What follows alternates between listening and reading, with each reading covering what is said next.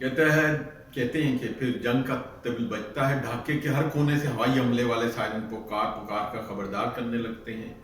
چند ہی منٹ میں 2 ہندوستانی ہوائی جہاز مشرق سے جھپٹ کر آتے ہیں، 2 مغرب سے، اور میری کھڑکی کے سامنے سے گرجتے ہوئے غوطہ لگاتے ہیں۔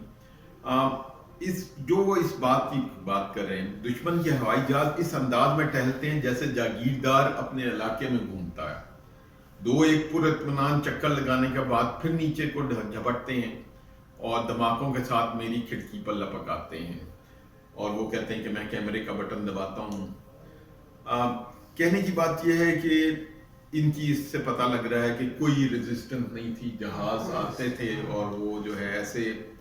اب انہوں نے ایک جہاں ہوٹل میں یہ ٹھہرے ہوئے ہیں اس کا ایک تھوڑا سا اقتباس وہاں سے لگتا ہوں۔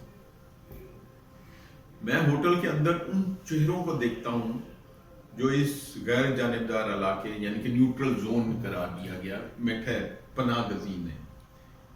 یہ بڑے ہی عجیب چہرے ہیں، اس لیے کہ قریباً اصل رنگ میں نظر آ رہے ہیں، جو عام حالات میں کبھی نہیں ہوتا۔ عام طور پہ تو ہم چہرہ نہیں دیکھتے، فقط ان نقوش کو دیکھتے ہیں جو ایک چہرے کا روپ دھارے ہیں۔ مصلحت کے نقوش، مہذب مسکراہٹ کے نقوش، ریاکاری کے نقوش، مذہبی جنون کے نقوش، موقع شناسی کے نقوش، سیاسی لیڈری کے نقوش۔ مگر یہ چہرے ایسے حالات میں گھرے ہوئے ہیں کہ وقت نے ان کے سارے نقاب نوچ کر پھینک دیے ہیں، اور انہیں اب یہ مہلت نہیں کہ مستقبل کے لیے نئے نقاب کا انتخاب کر سکیں۔ ان چہروں کے خطوط میں تواریخ کروٹیں لے رہی ہیں، فلسفے دم توڑ رہے ہیں، ذات تنکے کا سہارا تلاش کر رہی ہے، اور وسوسوں کے سائے ایمان کو دھندلا کر رہے ہیں۔ اس ہوٹل میں آج ہمیں دوسرا دن ہے۔ کل صبح 11 بجے کے قریب جہاں پہنچے اور اس کے بعد لوگوں کا مسلسل تانتا بندھا ہے۔ باہر قیامت ٹوٹی پڑی ہے، زمانہ نوح والی قیامت، جس میں آسمان، زمین اور فضا مل کر طوفان اگل رہے ہیں اور دلوں اور دماغوں میں طوفان کے جھکڑ چل رہے ہیں۔ ہر شخص ان بیرونی اور اندرونی طوفانوں کی ہلاکت سے بچنے کے لیے بےتاب ہے اور اس ہوٹل کو کشتی نوح سمجھ کر بھاگا آ رہا ہے۔ ہر نیا چہرہ اندر داخل ہو کر اطمینان کا سانس لیتا دکھائی دیتا ہے، مگر اس کے باوجود ہر چہرے پر تشویش، خدشات اور رنج و الم کے سایوں کی نئی بے ترتیبی ہے۔ ہر نئے آنے والے کی تلاشی لی جاتی ہے کہ اس کے پاس کوئی ہتھیار تو نہیں۔ تلاشی لینے والے غیر ملکی اخبار نویس ہیں جن کو ریڈ کراس نے اس کام کے لیے رضاکارانہ طور پر ساتھ ملا لیا ہے۔ تلاشی سے فارغ ہو کر آنے والے آگے بڑھتا ہے تو لوگ اسے گھیر لیتے ہیں اور تابڑتوڑ سوالات پوچھتے ہیں، کون ہیں، کس بستی سے آئے ہیں، وہاں کیا حالات ہیں، کوئی امید ہے یا نہیں۔ آگے میں ایک جو بس سنا تھا میں نے وہ میں پڑھا دیتا ہوں۔ یہ وہ کہہ رہے ہیں، میں اپنے کمرے میں پہنچتا ہوں جو سب سے اوپر والی 11ویں منزل پر ہے۔ وہاں بمباری کی وجہ سے سب سے زیادہ خطرہ تھا، مگر ہم مغربی پاکستان ہونے کی وجہ سے فالتو تصور کیے گئے ہیں، لہٰذا وہیں بھیجے گئے۔ میں اپنے کمرے کی کھڑکی سے جھانکتا ہوں تو پہلا جو منظر نظر آتا ہے وہ رونگٹے کھڑے کر دیتا۔ بالکل سامنے گورنمنٹ ہاؤس پر ہوائی جہاز جھپٹ کر بمباری کر رہے ہیں۔ وہی گورنمنٹ ہاؤس جس میں 7 روز کے قیام کے بعد ہم تھوڑی دیر پہلے وہاں سے نکلے تھے۔ ابھی ہمارے کئی ساتھی وہیں پہ ہیں کیونکہ کابینہ کا اجلاس ہو رہا تھا، اور آگے انہوں نے اس کی بتایا ہے کہ کیا معاملات چل رہے تھے۔ وہ ایک کہانی ہے اور اس کی انہوں نے ایک پوری جو ہے منظر کشی کی ہے۔ میں ایک جگہ جو میں یہ پڑھنا چاہ رہا تھا وہ یہ ہے، اس ہوٹل کے ہجوم میں عموماً 4 قسم کے چہرے ہیں۔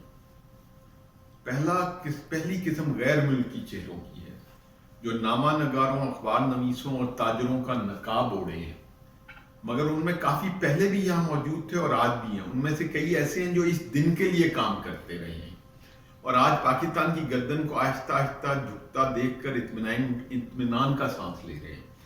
ان کے بظاہر متین، سنجیدہ اور لا تعلق چہرے اس وقت ہم کیا جانے کا انداز اختیار کیے ہیں، مگر انہوں نے 7 پردوں کے اندر ہی اندر وہ گل کھلائے ہیں کہ کل کا رقیب ہندوستان آج کا رازدان بن گیا ہے، اور اڑالی کمریوں نے، طوطیوں نے، اندلیبوں نے، چمن والوں نے مل کر لوٹ لی طرز فضا میری.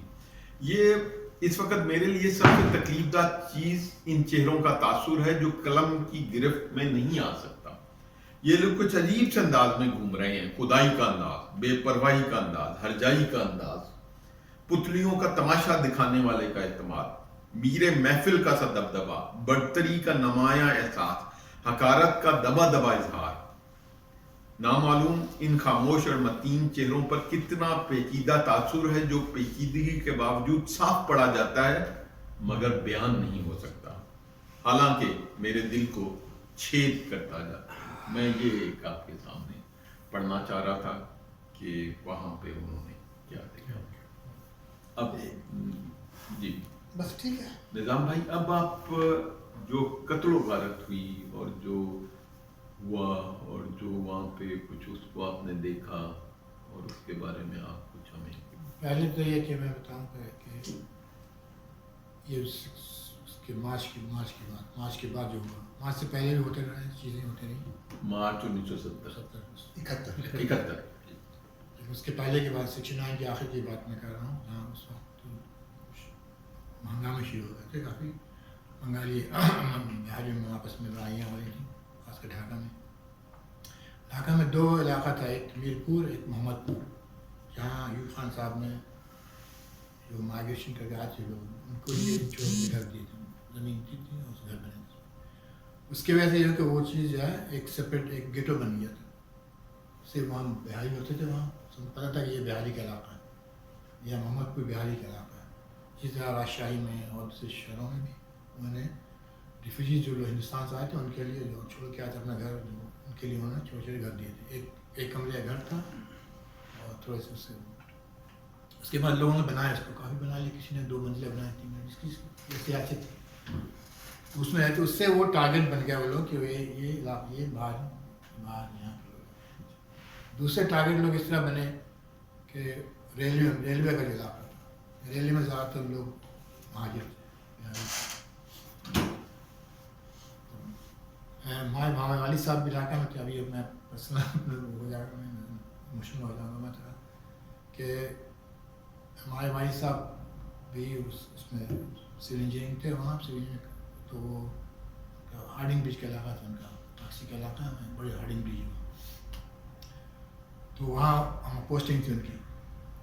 تو وہ اللہ تعالیٰ کی مہربانی دیکھی کہ ان کو حج کا انہوں نے اپلائی کیا، ان کا حج پہ ان کا نام نکل آیا. تو اس علاقے سے ہم لوگ سب کو انہوں نے اپنے کہا کہ چل یہاں چلو تم لوگ ڈھاکہ. میں نانا کے پاس چھوڑ دیا ہم لوگوں کو سب کو، خود چلے گئے وہ حج پہ. اور اس درمیان میں شروع حج پہ گیا، اس کے بعد یہ شروع ہوا سامنے یہاں قتل غارت شروع ہوئی. اور ہمارے کوئی بھائی دوسری جگہ کام کرتے تھے، سیدپور میں تھے، ایک سلہٹ میں تھے وہ وہاں رہتے تھے. تو وہ اور کسی کو خبر نہیں کون کہاں، کسی کو نہیں، کوئی سب لوگ ڈھاکہ جمع ہوئے ایک گھر میں، وہاں رہتے ہیں نانا کے ساتھ ہمارے. اچھا ڈھاکہ میں یہ ہوتا تھا کہ وہاں کہیں مکتی بانی آتی تھی، کہیں اس کے ملٹری ایکشن لیا مکتی بانی کے خلاف. تو وہ علاقہ تھا جہاں بنگالی بھی تھے سب، جہاں ہم لوگ مطلب 4-5 ہی گھر تھے جہاں اردو بولنے والے تھے. تو وہ کبھی مکتی بانی والے آتے تھے، کبھی آتے تھے ملٹری آتی تھی الیکشن اس کے بعد ایکشن لیا ایکشن کے بعد. تو بنگالی جو تھے ان کو بچانا تھا. جب پولیس ملٹری آتی تھی تو ان کو ہم لوگ کہتے تھے کہ نہیں یہ لوگ صحیح ہے، ان کو یہ مکتی بانی نہیں، یہ لوگ اچھے لوگ. جب مکتی بانی آتی تھی تو وہ بنگالی ہمیں بچاتے تھے. اچھا یہ ہمارے ماموں کا کام یہ تھا کہ اللہ کو مخاط کرنا، وہ جھنڈا اوپر جا کے چھت پہ جھنڈا چڑھاتا.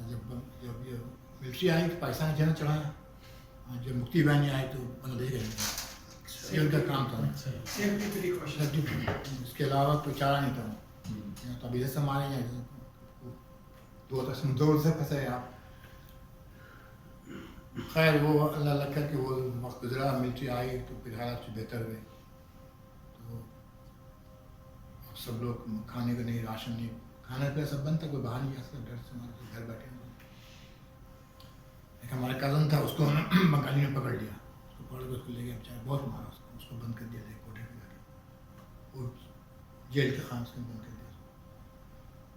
کیسے نکلا وہ اللہ جانتا، بتاتا ہوں کہ بس کیسے نکل کے آیا. مطلب مضبوط تھا، اچھا خاصا جالی جو تھا اس کو کھولی، چیخا ہیلپ کرو مجھے، لوگ آئے اس نکال کے لے گئے. یہ کام یہاں ہوا. اچھا اس کے بعد ہماری فیملی تھی وہاں سنتہار میں، ڈیل سب تو ہمارے زیادہ اسکول ریلی والے تھے ہم لوگ.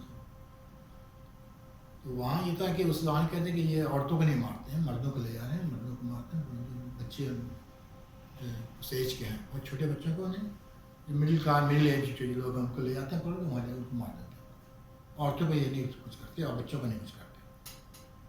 تو یہ لوگ سب عورتیں اور مرد سب ایک ساتھ جمع ہو گئے. پتا تھا کہ یہ ریلوے کالونی یہاں لوگ نہیں آئیں گے، گورنمنٹ کا علاقہ ہے، شاید نہ آئے. ایک گھر میں سے جمع ہو گئے. معلوم ہوا کہ وہ آگے مفتی بانی آ گیا. تو ہمارے جو مرد لوگ تھے وہ جم کر کے نیکسٹ والے اس میں چلے گئے. وہاں بنگالی آتے ہیں، گھر خالی تھا تو اس میں جم کر گئے. عورتیں بچے رہ گئے، ان کو تھا کہ مارے گا نہیں کسی کو. انہوں نے ایک کو نہیں چھوڑا، سب کو مار دیا. ہمارے موانی اور خالہ جو بچے تھے کزن تھے، اس میں ایک بچہ جو بے ہوش ہی گر گیا. دیکھا اس نے قتل ہو رہا تو گر گیا، وہ بے ہوش ہو گیا تھا. تو وہ کسی کے اندر دب کے بچ گیا. وہ بعد میں اٹھ کے گیا، اس کو بھی نہیں پتا کہ اس کا دماغ ایسے ہو گیا.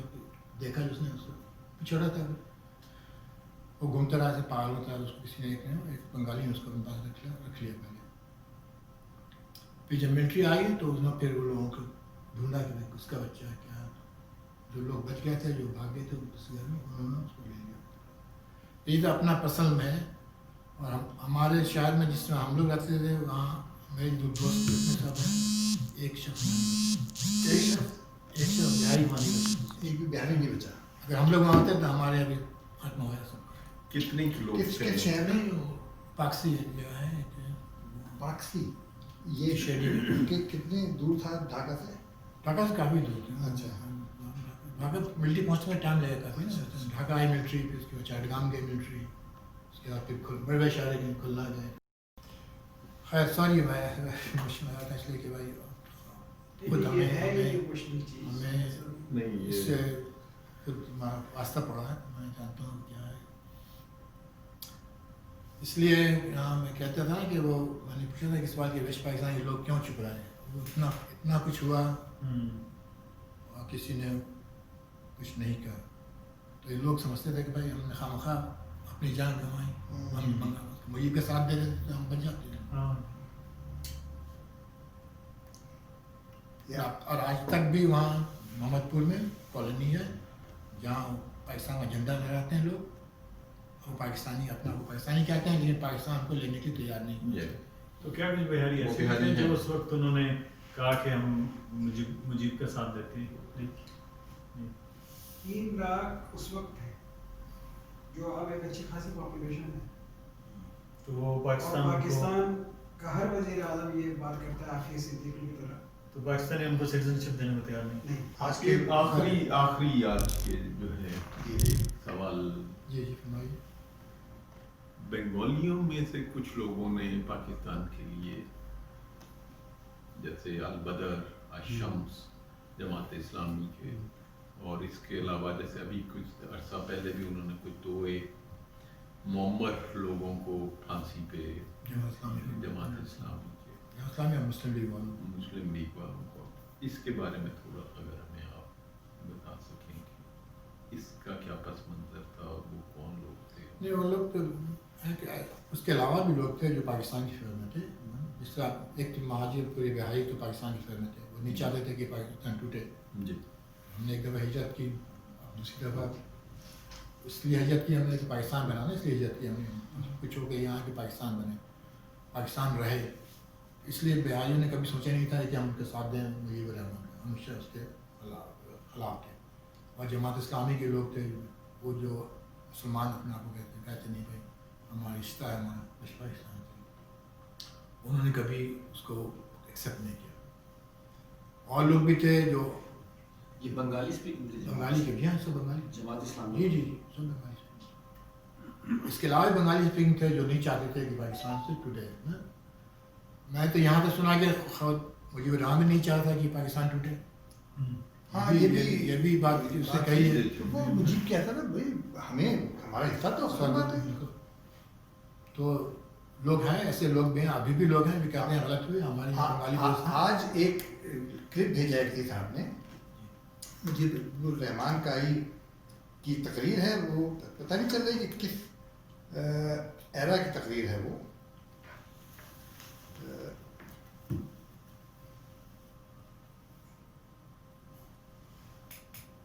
وہاں جو پاکستان کے خلاف تھے ان کا کم لوگ تھے جو خلاف تھے پاکستان کے. یہ تو پروپیگنڈا کیا گیا. میرا خیال ایکشن کے بعد, آپریشن کے بعد اور یہ چیزیں زیادہ نفرت زیادہ بڑھی ہیں.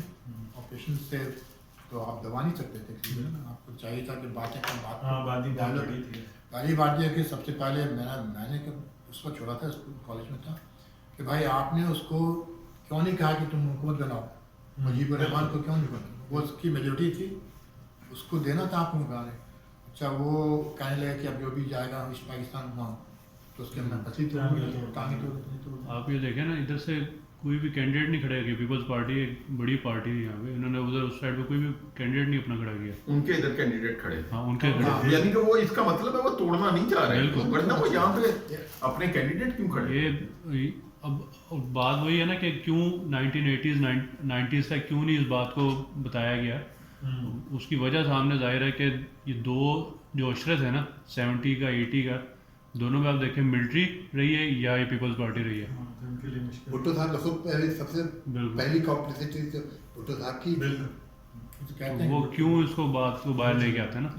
اچھا بڑی عجیب بات آج میں نے پڑھا کہ 16 دسمبر کے واقعہ ہوا, 11-12 دسمبر کو پولش اور سوویت یونین نے جو قرارداد پیش کی, جو کہ بھٹو صاحب نے پھاڑ کے پھینک دی تھی, اس میں بہت اچھی اچھی باتیں تھیں کہ پاکستان اور انڈین آرمی وہاں سے نکلے گی اور سب کچھ ہوگا, سب کچھ, کوئی اس میں ایسی بات نہیں تھی جو قابل اعتراض ہوتی بظاہر.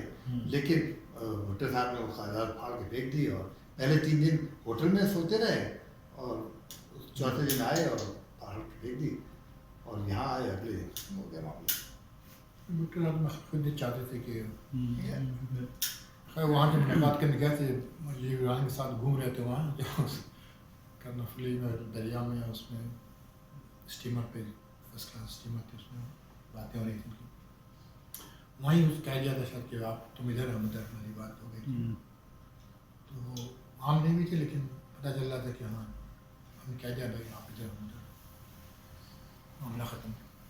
تو آج کی ہم اس کا اختتام کرتے ہیں. میں آپ سب کا شکر گزار ہوں کہ آپ ٹائم نکال کے آئے, اور اس لیے ضروری ہے تحقیق, اور ہم اپنے طور پہ تحقیق کرنے کی کوشش کریں. کچھ کتابیں ہیں, اس کی بہت زیادہ ضرورت ہے, کیونکہ ہماری اگلی نسل کو پتہ لگے. اور وہ یہ آگ ہے اولاد ابراہیم ہے, نمرود ہے, کیا کسی کو پھر کسی کا امتحان مقصود ہے. معاملات وہی چل رہے ہیں, چاہے بلوچستان ہو یا دوسری جگہ کے جو ہمارے کچھ لوگ جو افغانستان کے ساتھ سرحدی علاقے, وہ بھی اپنے کچھ. تو اس کی ضرورت ہے کہ ان غلطیوں سے اور ہسٹری سے سیکھا جائے. افراد صاحب میری کا پڑھا کتاب پڑھی ہے, افراد صاحب میری یہ ایمبیسڈر ہیں یہاں تھے پاکستان کے, اس میں بنگلہ دیش میں. افراد صاحب مہدی, افراد صاحب مہدی, اچھا بتائیے. تو انہوں نے وہ لکھا کہ ان کا ٹائٹل تھا یہ کہ ان لوگوں نے جنہوں نے پاکستان میں توڑا ان کے ساتھ کیا ہوا. اچھا کہ مطلب کہ سبھی مارے گئے, والنٹلی مارے گئے بیسیکلی. سب کا انہوں نے شروع سے اس کا مجیب الرحمان بھی مارے گئے, اندرا گاندھی ماری گئی, بھٹو صاحب بھی لٹکائے گئے, بھٹو چلے گئے. سر یہ مقامات عمل ہے نا سر, مقافات عمل. مقافات عمل تو ہے بھائی, لیکن ابھی میرے پاس لیکن خالی مقافات عمل پہ سب چیزیں چھوڑی نہیں جاتی. میں ویسے کہہ رہا ہوں کہ جو یہ پورا ہے, ایک تو سارا جو باتوں سے بیان ہوتا ہے, ایک چیز یہ ایک سارا جو بدنیتی تھی نا لوگوں کی, وہ تھی بدنیتی کی وجہ سے ہم اس حالت تک پہنچے. اور اگر نیک دیکھیں آج بھی سر جس طرح آپ کہہ رہے ہیں کہ وہ اگر نیک نیتی ہوتی, چاہے کس قسم کا بھی معاہدہ ہوتا, چاہے آپ کو اس میں تھوڑا بہت نقصان بھی اٹھانا پڑتا, اگر آپ کی نیت ٹھیک ہوتی آپ کہتے ہیں ہاں جی میں قبول کرتا ہوں, میری ہم اکٹھا رہیں گے جو بھی ہے. مگر چونکہ ساری چیز سٹارٹ ہی بدنیتی سے ہوا تو اس کا انجام بھی پھر ویسا ہی. ابھی بھائی نے بتایا ہے اور آج بھی ان کے دل میں وہ زخم آ رہا ہے, ان کے کلاس فیلوز, ان کے دوست, جو رشتے دار جو مسلمانوں کے ہاتھ مارے گئے. دیکھیے ایک چیز یہی ہے کہ ظلم کا نظام نہیں چلتا, کفر کا نظام چل جاتا ہے. تو یہ ظلم کا نظام تھا اور اس کا اثرات ہوئے ہیں. آخری جو ہے وہ ایک دعا کے ساتھ کرتے ہیں, اور وہ دعا جو ہے احمد ندیم قاسمی ہی کی ہے. کہتے ہیں کہ خدا کرے میری عرض پاک پر اترے وہ فصل گل جسے اندیشہ زوال نہ ہو, یہاں جو پھول کھلے وہ کھلا رہے برسوں, یہاں خزاں کو گزرنے کی بھی مجال نہ ہو, یہاں جو سبزہ اگے وہ ہمیشہ سبز رہے, اور ایسا سبز کہ جس کی کوئی مثال نہ ہو. گھنی گھٹائیں یہاں ایسی بارشیں برسائیں کہ پتھروں کو بھی رویدگی محال نہ ہو. خدا کرے نہ کبھی خم سرے وقار وطن, اور اس کے حسن کو تشویش ماحصال نہ ہو. اور ہر ایک خود ہو تہذیب و فن کا اوج کمال, کوئی ملول نہ ہو کوئی خستہ حال نہ ہو. یہ بہت ضروری ہے جی, یہ والا جو جملہ ہے نا, کوئی ملول نہ ہو کوئی خستہ حال نہ ہو, یہ اس پہ ہے. خدا کرے کہ میرے ایک بھی ہم وطن کے لیے حیات جرم نہ ہو, زندگی وبال نہ ہو. یہ ضروری بات ہے. بدقسمتی کے ساتھ مذہب بھی پیچھے رہ جاتا ہے, جیسے بھوک جو ہے اس کا کوئی مذہب نہیں ہوتا. اور اس لیے ہمیں آج کی جو محفل ہے وہ بھی اسی لیے تھی کہ ہم ایک مل کے بات کریں, سوچیں اور اپنے طور پہ تحقیق کریں. یہ بہت سی جگہ جو ہماری باتیں ہیں وہ بدل جائیں گی اگر ہم تحقیق کریں. بہت شکریہ آج کی.